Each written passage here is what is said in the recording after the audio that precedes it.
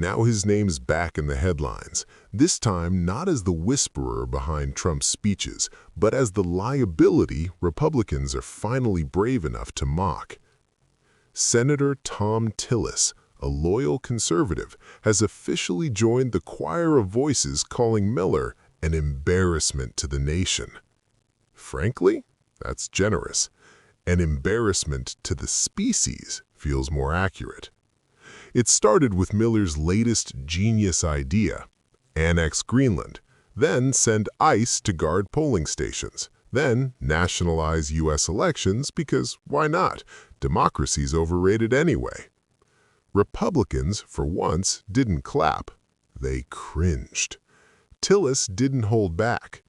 These are amateurish, assistant manager-level thought processes coming from someone in a cabinet position.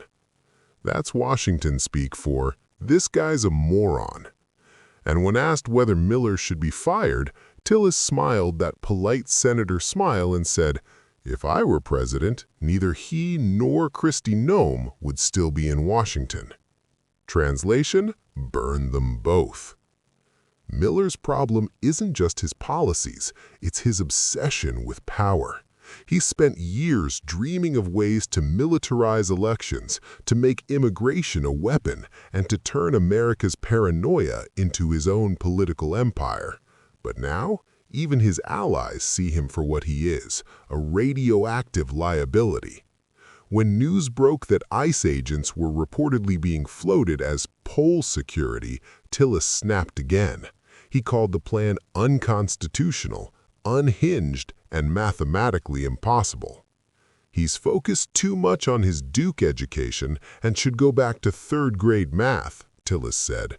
My granddaughter can figure out we don't have the votes. That's the sound of a Republican senator publicly roasting one of Trump's closest aides on national television. And Miller? He stayed silent, which, for him, might be the first decent thing he's ever done.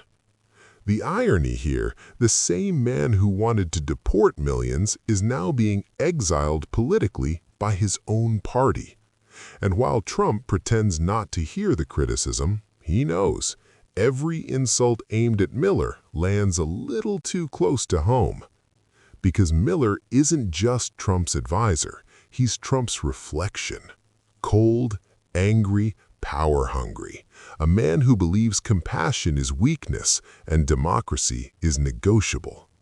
So when Senator Tillis says we need to move on, it isn't just about 2020, it's about Trumpism itself, the fantasy that fear can replace policy, that chaos can replace leadership, and that Stephen Miller could ever represent America.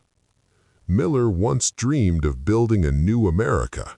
Instead, he built a legacy of cruelty and incompetence, and now even his own party is taking the match away from him before he burns the whole house down.